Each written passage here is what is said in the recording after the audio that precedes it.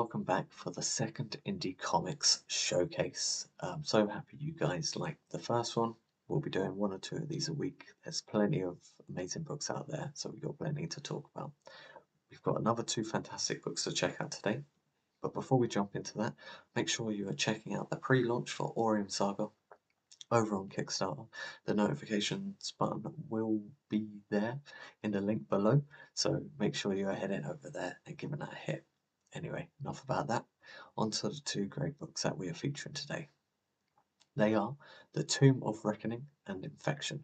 Both of these books are now on their second issue. Both of these books on their crowdfunding sites are offering you a catch-up option as well. So make sure you are doing that if you are catching up.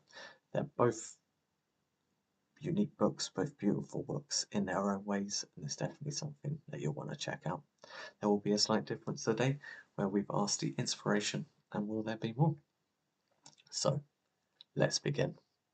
Today we're starting with The Tomb of Reckoning. It is created and drawn by Dionysios. Sorry if I said your name wrong there, mate. Colours by Joel Jones. Colours by Deyvison Mains. Flatter is Perry Alanus, and the cover work is by Eduardo Herrera. It's available now on Indiegogo. The link is in the description below, and I believe there is only around about 10 to 9 days left, so make sure you're heading over and giving this a look while you can.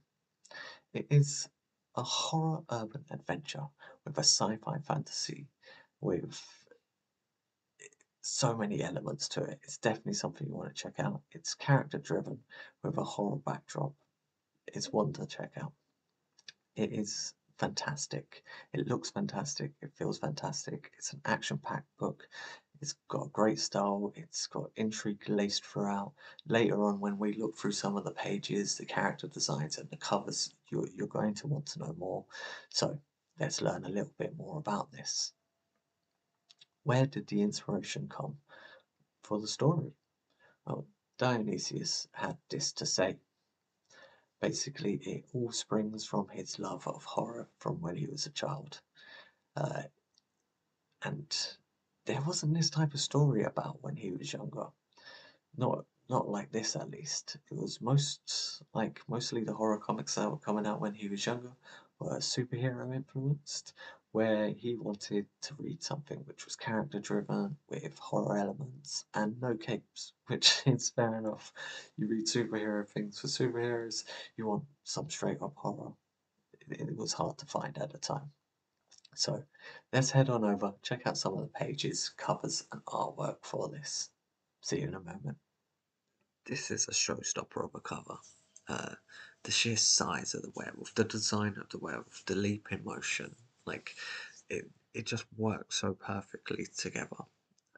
There's so much energy here that like you'd be walking past it in the shop and it would catch your eye, and it would force you to flick through it, which is a fantastic. It's just fantastic, to be totally honest with you. Moving on to this next cover. Doesn't slow down. The armour is great, as is the overall design. There is a lot happening here in the small details, and you start to pick up more the more you look at it. Like I said, with both of these covers, the choice to make it a white background is excellent, as it really focuses your eye on the energy that it has. Guys, you've done fantastic work here. Another cover is this one, and I feel it sets the tone before you even open the book. The werewolf is fantastic, but by dropping him into the fire, it just gives it an urgency. I think I'm leaning towards the first cover as my personal favourite, but out of all of them, they all have their own unique draws and captures your imagination in different ways. Let's head over to some pages. These are a few pages that we have here. Like, I personally love them. There are more to go check out over on Indiegogo, so make sure you're heading over there to see more before backing this. Like, these first two pages just work so well at setting up the story to come. I love the small details from the body cam footage and the characters back and forth. It's real believable. You kind of do feel the urgency in that last panel, like, we need to go get this sorted. And it gets you right there and ready to go. And the next page doesn't slow down. It literally hits the accelerator or the gas pedal for anyone in America watching this, and that's literally uh, the page just works really well. You can feel the speed of it. I love the crows, like even the small detail of them, like eating some roadkill. Like it's just a great page. So on to the last one, and do you know what? Like this page has got, it's just so intriguing. Like you're starting in the middle of the night. We're joining the character, Maureen. Uh, she's asleep only to be awoken by two blood-soaked victims coming with a warning. The small details in that last panel. You've got your man on the left here. He's missing a hand. The one on the right looks like he's had a chunk ripped out of his shoulder. It's so subtle, but it's so effective, and it really gets your mind going. Like, okay, where are we going with this? These last two pages are just so unique in their own way. Like, first we have an action scene with a werewolf, and it comes across so well, the speed of the attack, the power behind them. It's one of the first images that I did see of Tome of Reckoning. It was this and the cover, and this has stayed with me. Like, I love it. Look at him just grabbing the guy by his head. It like it's what you want from like an action-based horror. Just full on like power and speed, and it just looks incredible. So this one is a little bit racy, but it is so well done. Um, you could be distracted by the gorgeous woman, of course, but the pool of blood with the reflection is just a stroke of genius. It's so sinister, like the version that's in the pool of blood looking back at us. Like honestly, it's a masterstroke with the imagery. Let's face it, you were drawn in by the gorgeous woman only to look down to see these glowing red eyes coming back at you. It's it's fantastic. I just want to say to everyone involved with this, wow, it's amazing. The art is engaging, it flows so well, and it's just great. Well done, everyone. Wow, what amazing work by all involved. The art is engaging and it flows so well. The covers are real eye catchers, and the overall design just works so perfectly for the story. The colours pop when they need to, really adding to the excitement of like in the moment. For instance, with the fire and the werewolf like bang in the middle of it, it just drags you and catches you. So, is there going to be more from the Tomb of Reckoning? The story is an ongoing story and it's got a clear end in sight. So, yes, there will be more. And the story has been plotted out to the very end. So, there's expect a lot more from the Tomb of Reckoning. Go and check this out now on Indiegogo. The link is below. So, we're moving on to our next book now, and that is Infection, Issue 2. Infection, I remember first seeing it and it caught my eye straight away. So, who created Infection? It was H.L. Roberts. It was the writer and creator. The artist is Samanta de la Rosa, and letters by Rob Jones. It is a gorgeous book. The art style was so unique. It sets you up straight away, like you know what you're going to get from this. It's a grim, dark world, yet it is so beautiful to look at. When I first saw it, I was struck instantly by the design, and it got me straight on the hook. I needed to see more, and I can't wait to see more, and I can't wait for my copy. So check out the link below. Back this over on Kickstarter. There is only a week to go on it, and you do not want to miss out. Like I said, you can catch up on both of these projects. The inspiration for this, Roberts tells us that it came from zombie games. Definitely one of the biggest inspirations he had for Infection, such as Call of Duty Zombies, Back for Blood, and the biggest one being Left for Dead. If you're of a certain age, like zombie games were huge, myself included. So with a cast of 4 unique survivors that you'll get to know and love on their journey, you're going to encounter zombie types that may be recognizable, but also different from other zombie media. It is like I've seen a glimpse of a zombie or two, and it works well. The setting is also inspired by the east of England, giving the reader a very unique feel. It takes you out of the normal setting of London or another big city, which you do see in a lot of zombie work, but Roberts uses his own knowledge of the area to really tell his own story, and you can feel it. It gives it a lot of heart. Sam drew inspiration from Metal Gear Solid Peace Walker and the Left 4 Dead comics by Value, and you can see the Metal Gear inspiration. The art is just, oh, I love it. This all sounds so stellar, so let us move on and go check out some art, covers, and pages. I'll see you soon. Where they've got like a pub wallpaper in the background. In issue 1, we start with HK. The grin sells me, this guy. It's a really interesting cover. He's the type of guy that won't take no crap from no one and will get things done, but does it with a smile on his face. It's really a really cool design and a really cool cover. And then we move on to issue 2, which focuses on Cameron, and the tone of the presence of the characters is really noticeable. You've went from like a grinning guy who gets stuff done to a stern warlike I'm ready for it in Cameron, and given that Cameron was in the army, you can see he's ready for war.